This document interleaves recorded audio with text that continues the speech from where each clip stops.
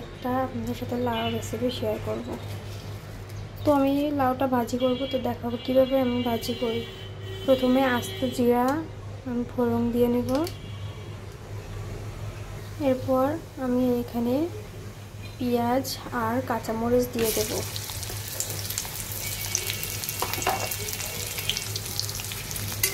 তো একটু ভাজি করে নেব বাদামি কালার মতন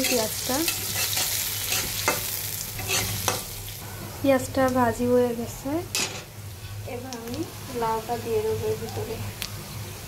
আমি লাউটা এই যে এভাবে কুচি করে নিয়ে লবণ দিয়ে একটু মাখিয়ে রেখেছিলাম, তাহলে পানিটা একটু ঝরে যায়। এবার আমি এর ভিতরে দিয়ে দেব। এবার নাড়াচাড়া করে নেব। একটু এতে লবণ দিয়ে দেবো, আপনারা আপনাদের স্বাদ মতন দিয়ে দেবেন। আর হলুদ দিয়ে দেবো, নাড়াচাড়া করে নেব।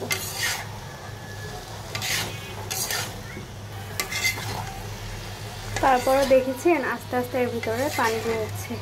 লবণ দিয়ে চিপে নিয়েছি, তারপরও বেরোচ্ছে। তো আস্তে আস্তেই হবে ভাজিটা।